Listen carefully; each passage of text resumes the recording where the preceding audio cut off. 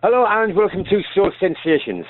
Today I am chatting with the President of RFC Records and Executive Director of Warner Bros. Dance and Music Department, Mr. Ray Caviano. Hello, Ray. Hey, how are you? Hello from the Big Apple, New York City. How's it going, Steve? Oh, it's great, mate. We've been friends for a while now, and it's great to get to chat with you properly about your music and everything. Yeah, that's true, because last summer, around this time, Change, which was one of the groups I signed on the RFC label when I was with Warner Brothers nearly almost 40 years ago, came out with the Glow of Love album, and last summer, Change resurrected with a new album called Love for Love, and you just, correct me if I'm wrong, you really liked the Hit and Miss and some of the other cuts on that album, and it wound up doing incredible, and thanks for your exposure. It really helped Change on the comeback right now, you know? It was a really good album, and we actually were going to talk about Change and also some of the other artists that you've got on your books that have released tracks in the past couple of months, but we'll chat about them in the second part. All right? Right. Okay. The first bit, because you've had a long, wide and varied career. All right. Let's go way back in time and let's talk about your childhood. Let's just a couple of quick questions about your childhood. Where did you grow up? I'm born and raised in New York City. We were twins, Bob and Ray. My brother Bob was in the music business too. He managed Grace Jones and a lot of other acts. He was a booking agent manager, and we were born and raised in New York City, in a section of New York City called Little Italy, which is not the way it used to be back in the day. And then I was born and raised in the East Village and Greenwich Village, and that was a hotbed of a lot of information with music, and back there in the 60s with the counter-revolution and rock and roll and what have you. That part of Manhattan, Steve, was a very hotbed of change in terms of the music rock and roll revolution. And I started doing the music business thing when I was literally a teenager, managing bands in high school, and one thing led to another in terms of meeting people and networking. So I started as a teenager, and that's going way back now, Steve, way back. Yeah, you were organising free concerts, weren't you? Right, exactly. Exactly. We organized free concerts. When I managed some bands, like I was telling you, high school bands, selling them locally, and then I had a production company that was interested in one of my bands. They produced a hit called Walk Away Renee by a group called The Left Bank, and they were interested in my band, and then one of the people with that production company introduced me, was a journalist named Sue Clark, who introduced me to a guy named Jan Werner. Jan Werner was just starting a new magazine back then in the counterculture days, of a magazine called Rolling Stone.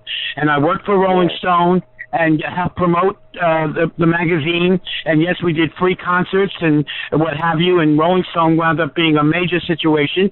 And then I wound up working for a series of music publications back then in the 70s, Rolling Stone, Cream Magazine, Circus Magazine, all these magazines that were, pushing the rock and roll counterculture. And because I was tied into all these magazines, Steve, I was met a gentleman named Bob Small, who was working for a company that you might be familiar with. In America, it was called London Records, and in England, it was British Decca, right? And I met this gentleman, and he wound up offering me a job when I was 21 years old in 1971 to be the publicity director for London Records, because I had all these connections of these magazines I had worked for. And while I was at London Records, that was my first formal record company job, where I worked with artists like the Rolling Stones, the Moody Blues, Al Green, where we had hit after hit with Tired of Being Alone, and I'm Still in Love with You, and Let's Get Married, and what have you. A rock and roll group called ZZ Top, a group from England.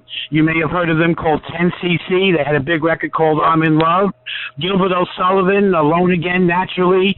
So it was an interesting company to work with, and that was my first real entree, Steve, in working as a record company executive. And then, we can keep going with the timetable. There's as we lead into my big situation of working with dance music in the mid '70s. And then after doing London Records, I went on and I met a guy who had a whole bunch of British rock and roll bands. I don't know if you know the name Miles Copeland. Have you ever heard that name? Yeah, I was actually going to ask you about Miles Copeland, because that's, what was it again? He was the guy that was in charge of the UK tours, is that correct? Well, he had a company called BTM, British Talent Managers. And his brother was Stuart Copeland, who was in the group called The Police. And what I wound up helping Miles with his bands that came from Britain, Wishbone Ash, which was a great rock and roll band, Climax Blues Band, which was from England, and do you remember Al Stewart? He had a big record called Year the Cat. And what have you. So what I did is I was the New York representative for BTM and helped Miles bring these acts into the country, set up their tours, and what have you. And then we can segue where I was working in an office where I did the BTM job, and there was a new young attorney named Alan Grooveman. Right now he's one of the biggest New York entertainment lawyers in the country, and he was just starting, and I had an office in his office working for Miles. So this is the mid-'70s. Now we're going to segue into how I saw the whole disco dance thing starting to materialize here in New York. People were going out to the clubs, and records were starting to break in the streets. Philadelphia International had big records with Harold Melvin and Tom Bell and Gamble and Huff. Barry White broke big on 20th Century, Love Unlimited Orchestra. There was a record that broke in New York by a group called the Hughes Corporation. They had a big record called Rock the Boat, and that record sold over 60,000 copies in New York before it even got on the radio. So I saw this happening. So Alan Grooveman, the attorney, said, "Wow, Ray, you seem to know that this dance thing is starting to really materialize, where you can break records in the streets before it even gets on the radio, Steve." So he introduced me to a guy named Alan Grooveman, the lawyer, introduced me to a guy named Tommy Mottola. I don't know if you know that name, but he was managing a group called Hall & Oates, but he also had a new album that was breaking in the streets of Dr. Bizarre's original Savannah Band. And that was a huge album. I promoted it independently by creating a network of club DJs around the country. And the record Chez La Femme the album went platinum, and the single was a top 40 hit here in America, crossover. I'm sure it did well in England. And that was my first real entree of doing an independent dance music promotion thing by setting up a network of club DJs here in New York and around the country. Then I also met another manager of a young lady who had a hit record, Vicki Sue Robinson. She had a big hit record called Turn the Beat Around, and it was huge. And so now here I am, Steve. This whole dance thing and the club thing is really picking up. Van McCoy has a hit with The Hustle. CJ Company has a big hit with Devil's Gun. Gloria Gaynor has a big hit. So the hits are, really coming out. Philadelphia International is on fire. And so Alan Grooveman, again, that attorney, because I'm working in that office, here's where the thing really blossoms for me and it really explodes. He introduced me. I know you know this name, Henry Stone. Do you know that name? Yeah. Mm-hmm. Henry Stone was the president of a label down in Florida, TK Records. And he kind of instituted the TK sound. People don't know that Henry Stone was one of the first people that signed James Brown and Ray Charles back in the day. And Henry, I was introduced to Henry, and Henry said to me, "Listen, this whole dance thing that's happening around the country in America, I want you to be my national guy to help me break records for TK Records." So I established a New York office at TK, and we had hit after hit. George McRae with Rock Your Baby, Casey and the Sunshine Band, Shake Your Booty, Peter Brown, Dance with Me, and Do You Want to Get Funky with Me? T-Connection, Do What You Want to Do. Foxy, Get Off. Hit after hit. George McRae, Steve, with Rock Your Baby, sold 80 million singles and was #1 in 60 countries. So, and I was with TK during that time period. Here we are now in 76, 77. The whole dance thing is exploding. I have a network of club DJs around the country that are VIP DJs that can help break records. And, Billboard, the trade magazine, and Record World finally had what we call dance disco charts. And they were now giving legitimacy to the whole club scene, as the case may be. And I was with TK for 4 years. Billboard magazine was having so-called, Steve, disco conventions. And they had, all the artists there, Donna Summer, what have you, Cerrone. And I won Promotion Man of the Year, Steve, at their awards at Billboard 4 years in a row. I was Dance Music Promotion Man of the Year. And that led to me getting to the attention of Warner Brothers. Having that type of success with TK Records. And I got a call from one of the people who worked at Warner Brothers, and she said, listen, we need your help. I'm still working at TK Records. Would you mind consulting us on a project?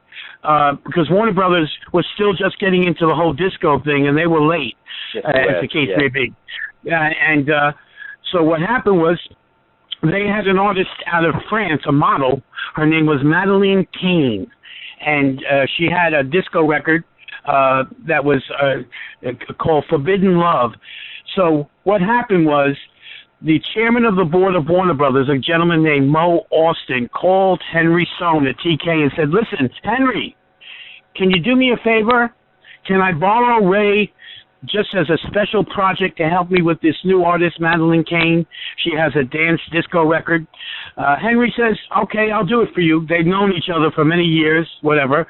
You know what, Steve? He shouldn't have let me out, because you know what happened? You went straight to Warner Brothers. Right, exactly. The record went Forbidden Love. It was I had it remixed by a guy named Jim Burgess, who was a great DJ. The record went to #1 on the Billboard dance charts, etc. And that was the entree, Steve, that brought me to the attention of Warner Brothers. They loved the project, of what I did for them. And I met with Mo Austin. He flew me out to Los Angeles. We sat down, and he said, listen, we'd love you to work our product here at Warner Brothers. We have a lot of R&B and soul artists that are making dance records and what have you. They had, Ashford and Simpson, Chaka Khan, Prince, what have you, and we need help in that department. So we'd like you to come work with us. So I said, wow, that's interesting. So at that particular point in time, I knew that they wanted me to go join them in heading their dance music department.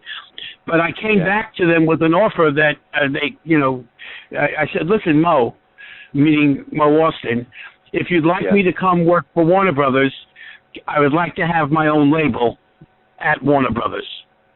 You know what? It worked. They gave me my own label, and that was the birth of the RFC label, as the case may be. So I wore 2 hats at Warner Brothers, Steve. I was head of the dance music department at Warner Brothers, promoting all their product on the Warner Brothers label. Like I said, Ashford and Simpson. We had a big hit with Found a Cure, #1. Chaka Khan, I'm Every Woman. Prince, I Want to Be Your Lover, what have you. And at the same time, I had the RFC label. And the very first record I signed to the RFC label back then was, in fact, Change, which at the time had the lead singer was Luther Vandross.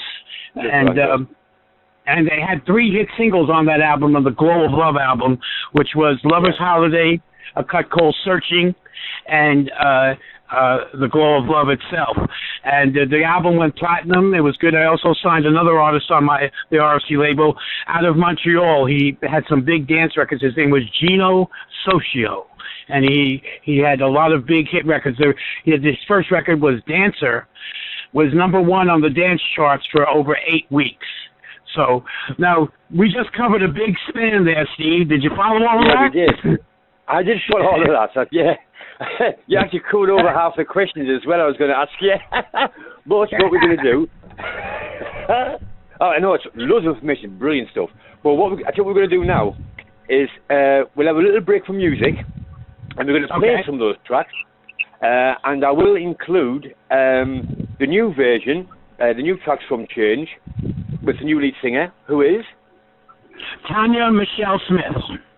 That's the one, that's the girl, yeah. So we're going to have a little break for about 15 minutes. Stick with us, and we'll have a listen to some music. How does that sound? Very good, very good. Brilliant, mate. And then we'll talk about the current RFC artists that are currently now on the RFC label and bring you up to speed as to where we're at today. That's what we're going to do. Welcome back to part 2 of this brilliant, brilliant interview I'm having with Mr. Ray Caviano. Welcome back, Ray. Okay, here we are.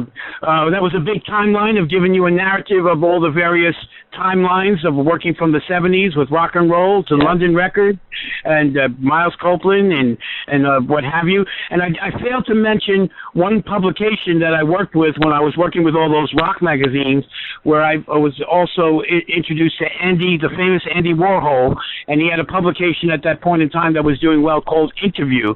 And I worked with him, and that was a good publication. It did really well. I think it's still on the marketplace today, and I remember going up and meeting him. He had a office there called The Factory, where he did all his paintings and sculpture. He was a very, very interesting man. And again, working with all those magazines, that's what gave me the entree of becoming the publicity director of London Records, what have you. It's been a long and crazy ride, Steve, and here we are now in 2019, and we relaunched the RFC label about 3 years ago, and I don't know if you want to talk about that or where you want to focus right now. What would you like to know? I want to actually go back a little bit to this interview you had with Andy Warhol. All right. Now, what was he like as a person? Tell me, because he really talked like that. To be honest with you, he was kind of a mysterious figure. I think he was somewhat of an introvert, if you can believe that. Very quiet, very withdrawn, but working for him, it was a great experience. The magazine literally exploded. I was his marketing and promotion guy and what have you. But he was kind of, in a way, as I said, introverted and somewhat shy, but very talented.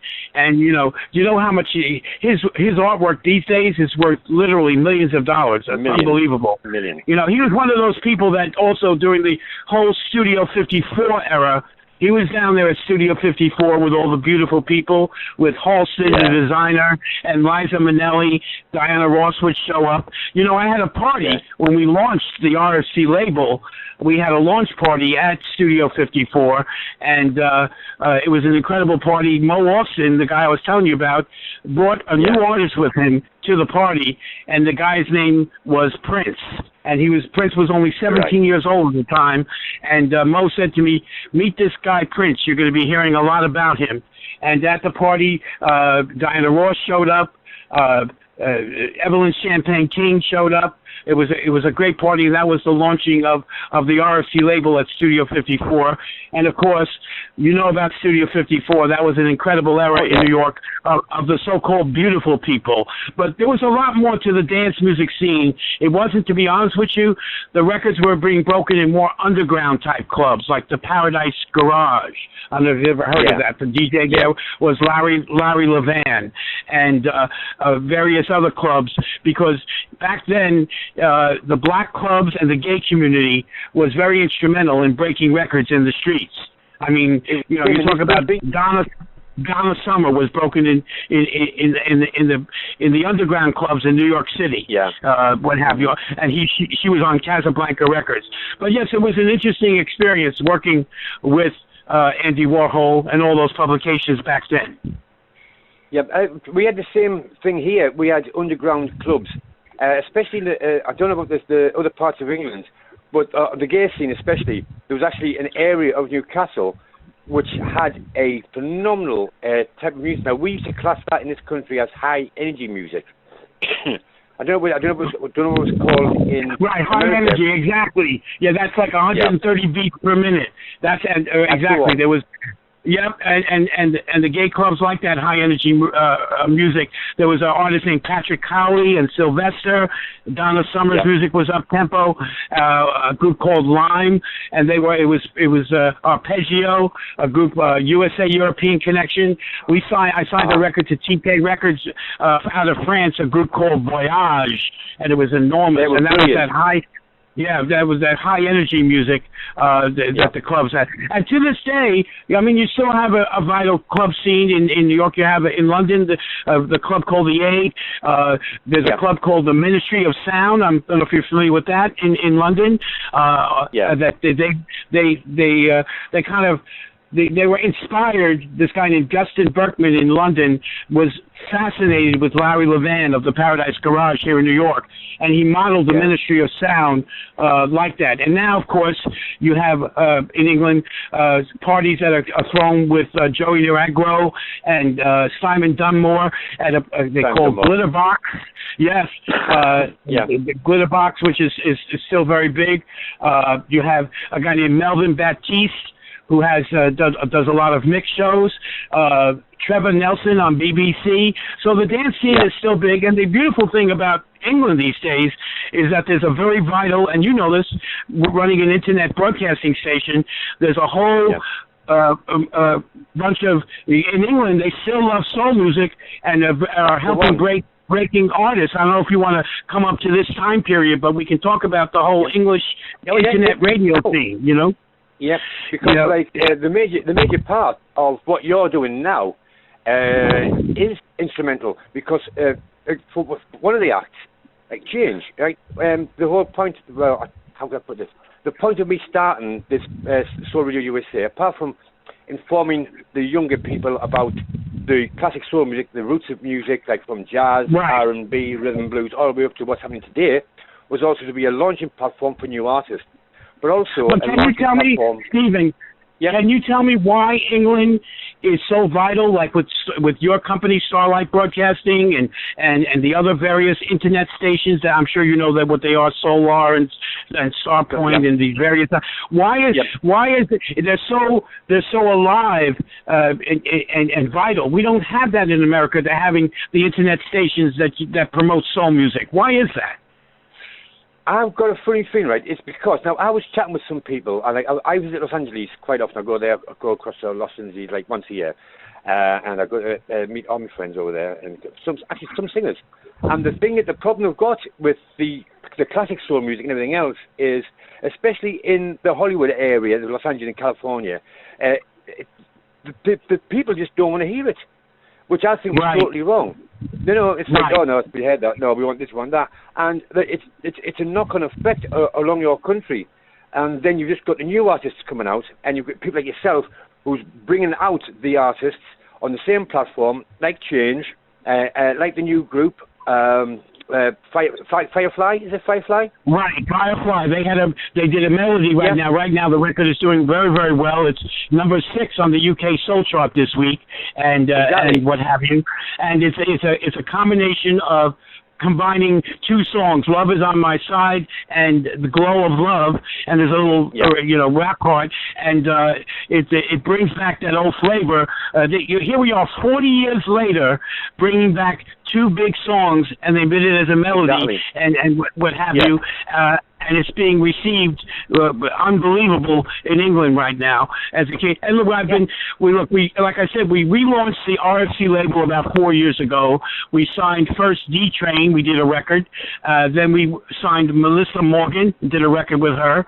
Just recently, about 6 months ago, we put out a ballad by Christopher Williams. You know that guy. He had a record, a ballad that we had that did pretty well, what have you. And I've used England now, Steve, as a sounding board to help break my soul records before I even deal with America. Okay? That's right. I was going to say that. Do you know why? Do you know why that is? Right? It's because Now, I've realised that when we play the music here, it does get picked up in the UK first, and people in America listen to the UK, then they hear the tracks that they should have been hearing in America first. But yet, the United Kingdom is the major launching platform for all of the new songs to be brought out. It has to be. It is. You know what I mean? Yes, it's unbelievable. And I look at all the parties, all the soul cruises of the various internet radio stations. They have parties. Yeah.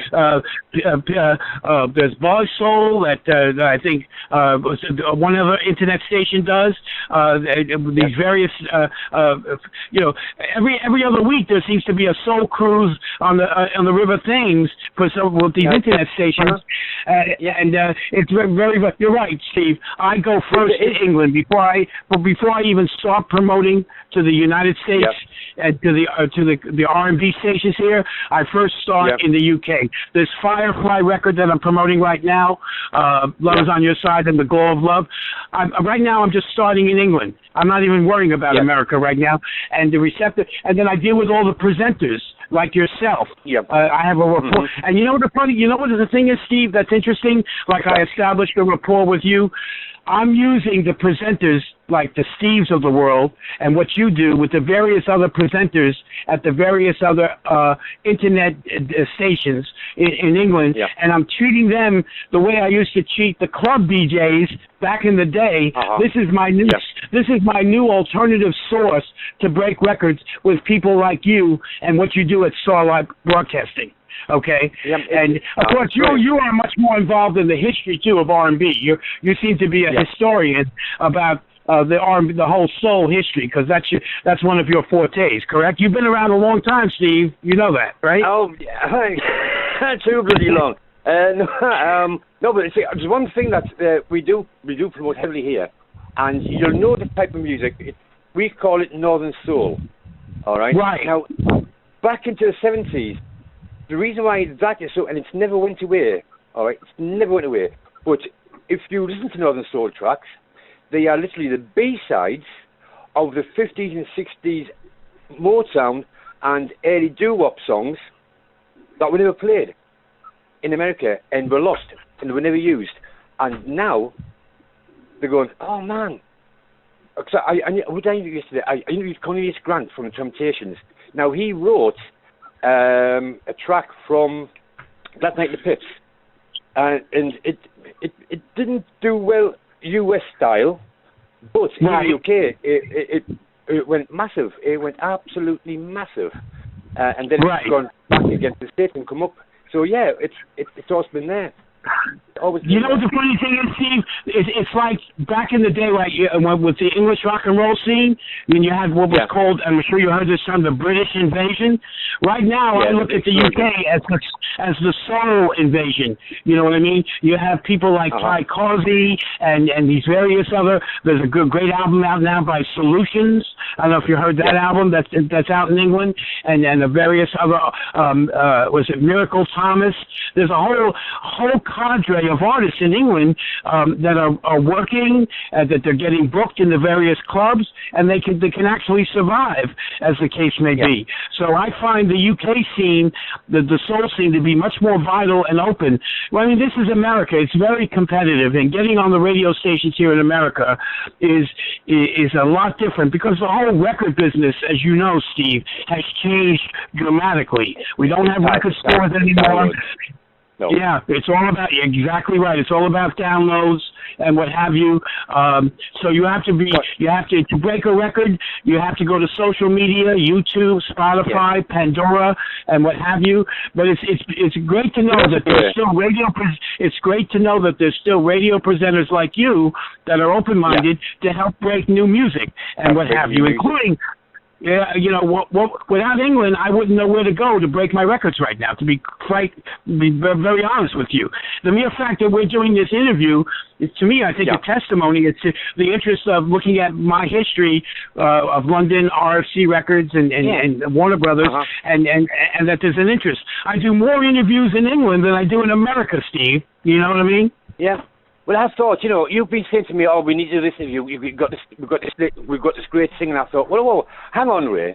no, what about interviewing you? You know what I mean? You're the main guy behind it all, and people don't seem to forget to think about the artist, but they don't think about the persons behind the artist who gets them out there. And that's why I said, Ray, no, we'll interview Firefly later, but I want to interview you now. You know what I mean? Right. That's the way to go. Now, Starlight Broadcasting, you started a whole new venture, a new studio. Can you tell me about that a little bit? I know that you're interviewing me, but I'm curious as to what Starlight is doing these days. Well, what I'm doing there, okay then. We've now got 13 internet radio stations. Right. 4 are live, the rest are 24/7. All right. There is a station solely for TSOP. There's a one for a certain magazine, because it's never been done before. I've actually produced a radio station for a fashion arts magazine. So you can actually get the magazine, look at it, read it, and you can also hear it as well now. As in, you'll have the presenters, the interviews of that all on the station, which is something still doing for. That's later. And we're doing all sorts, yeah. We just cover all genres of music. Yeah, so I see that you're really using all forms of media to promote the station, correct? Exactly, yeah. Yeah, that's interesting. So yes, it's been a long and crazy ride, Steve. You know, in terms of working in the record business. I don't mean to sound negative. It's not the way it used to be. You know, where you would get an album and look at the cover and the liner notes and all of that. Although some people say that vinyl has had a little bit of a resurgence these days. Do you see that vinyl has made a comeback? In the UK, it has massively. There was a survey done, right, and they're saying now that, I just read about this today, there'll be more record sales than CD sales since the year 1984. Vinyl is coming back in this country. That's interesting. We've got, they're selling record players in electrical stores now still, and I got shut of my vinyl collection. Talking about promotions, right, do you know what I used to look forward to? Every morning, the postman, because I used to get promotional tracks sent to me every morning. The postman hated me. He'd become with like a big, large selection of wow. You know what I mean? That's interesting. So the whole soul music scene is still, as I see it, alive and well in the UK. And is that true? Yeah, true. Yeah, the vinyl's coming back. Vinyl is on its way back here in the UK, without a doubt. Wow. Are there record stores are any record stores opening up that are selling vinyl in the UK?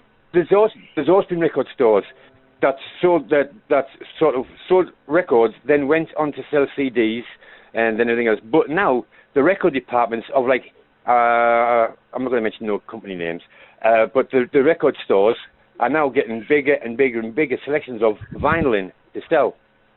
Wow. And they're getting the mixers, and they're getting like the old school mixers. You know, when you used to have like the normal track on one side, then you'd have the club mix, the Tony Bongo mix of this and that, and it's all there on 12-inch ago. Oh, yeah.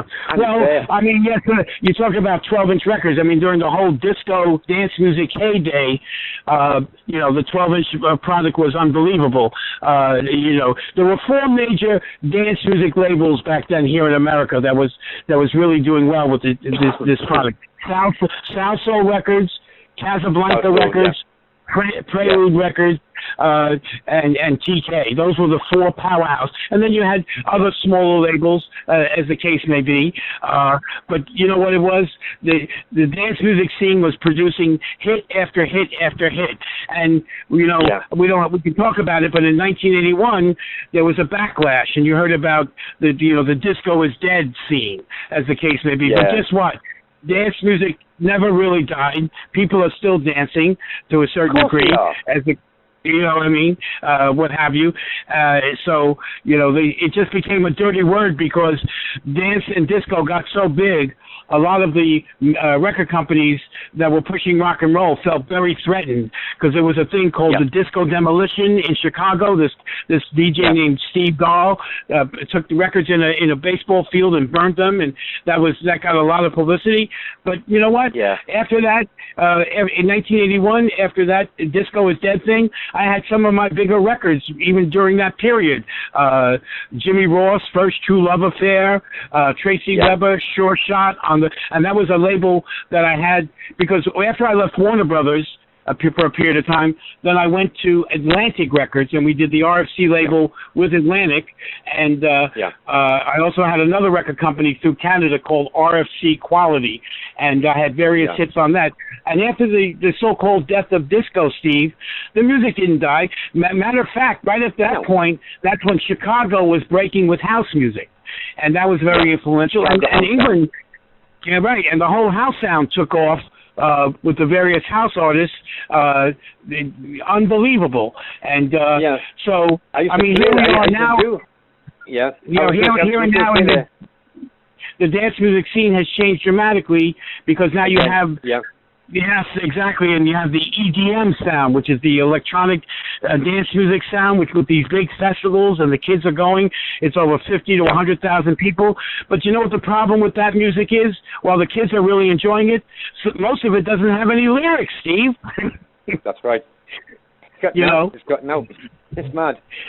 But I tell you what, though, what we need to talk about now, because it's been brilliant, but we need to. Because I know you've got things to do and I've got things to do. You've got to tell me about today. Right. What is going on with Ray, Caviano and RFC now? Who are we promoting? Who's out there and what? Because I know you've released 3 tracks in the past month, and all 3 have gone straight into the top 10. Is that correct? That is correct. I mean, we had the last record, Christopher Williams. We put out a record. He was famous during the whole New Jack City thing, and we had a record, Proud, and it went to #1 on the UK Soul charts. The Firefly record we're working right now is #6 on the UK Soul charts. The Change record last year, all 3 cuts on that album went to the top of the charts. So when we relaunched the RFC label, we started with D-Train. You remember him? He had a big record in the dance scene. Then we signed Melissa Morgan, which did well. Then we signed Christopher Williams. Now we have the Change album, which we put out last summer, and now the Firefly record. And now we're heading into production. I've got a couple of records that are coming out in the next couple of weeks, which I don't want to tell tales out of school yet, but we have some new artists coming out. We have some new artists coming out. I'll just tell you the name. It's TDK, Tony Da King. And he has a record that's coming out shortly, and then another record of a cover version, Malika Mo, coming out on the RFC label, and she's going to be doing a cover version of a Betty Wright tune, and so that's coming out. And then Change is back in the studio. I think Change is putting together a UK tour, which might be doing in the late winter and early spring, and Tanya Smith. You interviewed Tanya Michelle Smith from Change, did you not, Steve, if I remember? Yeah, I interviewed Tanya last year. What a lovely girl she is. Honestly, she's beautiful to talk to. I'd like to actually chat with her again soon. I think we need to. Right. And the other thing that we do here in the New York area, we have a company that's called Fresh Entertainment, which is part of our concert division, and we do concerts here in the New York area. We did a big concert with the Dramatics and the Manhattans, a show called Soul Jam, and we do a lot of concerts here in the New York area presenting soul music, particularly with the classic R&B artists. So we've done well, and yes, I'm going to reiterate, thank God for the UK and the soul music scene. I wouldn't know where to go to start the excitement. I run to people like you and the various other internet stations in the UK, and there's quite a competition between these stations. I'm not going to mention them necessarily. You know who they are, but it's a very... I know exactly who they are. But you know what? I think it's a very... it's a healthy competition, Steve, between the soul internet stations, which is very, very good. They're all getting their style of how they do things and what have you. Starlight you have your way of doing things. I see that you lean heavily on the history of R&B. That's it seems to be one of your fortes, correct? Yeah, that's correct. Because I like to teach the young kids today of where the music actually came from, but I also want to include the new stuff as well. Right. And when Change came out last year, you were right on top of it. You picked it. You said it was going to be a hit, and the first one, Hit or Miss, was a big record. And that was way before release. And when you said it to me, I thought, you know, so that, I think it was 3 months or 4 months before it even got released. And I heard it, and I went, Ray, that's going to be number one. And boom, right. And here we are, 4 years later, promoting change, which is incredible. I'm getting a little older, Steve. I may have to go to the big soul music nursing home soon, right? I'll be with you. I'll be going next to you, I tell you, mate. Okay. Wait, but that's the overview of RFC. It's been a crazy ride. I mean, you know, working for London Records, TK, Warner Brothers, the various other artists, what have you. I mean, it's still about, I'll leave you with this thought. As far as me being a promotion man or whatever, I try to have credibility with the presenters and the DJs and what have you. But to me, it's fundamentally still, maybe I'm old-fashioned, but Quincy Jones used to say, it's still about the song, the hook, the melody, the production. You know, he told me that you can't make a record a hit. You can't produce it to be a hit if it's not in the groove. So it's still, to me, fundamentally, when I listen to a new song, I'm listening to the structure of the song, that it has good melody, that it tells a story. And God knows soul music is famous for telling a story, just like country music. So to me, I go back to my roots. When it comes to putting out new music, when I listen to a song, it's got to strike me as being something that tells a story, and it's important. It's not just about the beat, but what are the lyrics saying? You know, because I think with some of the new music and the EDM music, they've gotten away from that structure. Even house music became very tribal and got away from the song structure. True. I'm old school, and I still want to stick with good songs. So, as I said, it's been a wild and crazy ride. I really appreciate doing this interview with you, and we'll continue to update you get ready for the next one coming out in about a couple of weeks. And I'll be knocking on your door, Steve. That's for sure. Really? It's been a pleasure, mate. Honestly, it's been a pleasure. Thank you so much for joining me, honestly. And we will talk soon. Now, you take care of yourself, mate, all right? All right, very good. Thank you. I hope to speak to you soon. Thank you. Oh, Ray, we'll speak soon, mate. God bless you, mate. Okay. Thanks very much. Bye-bye. Bye-bye, mate. Bye now.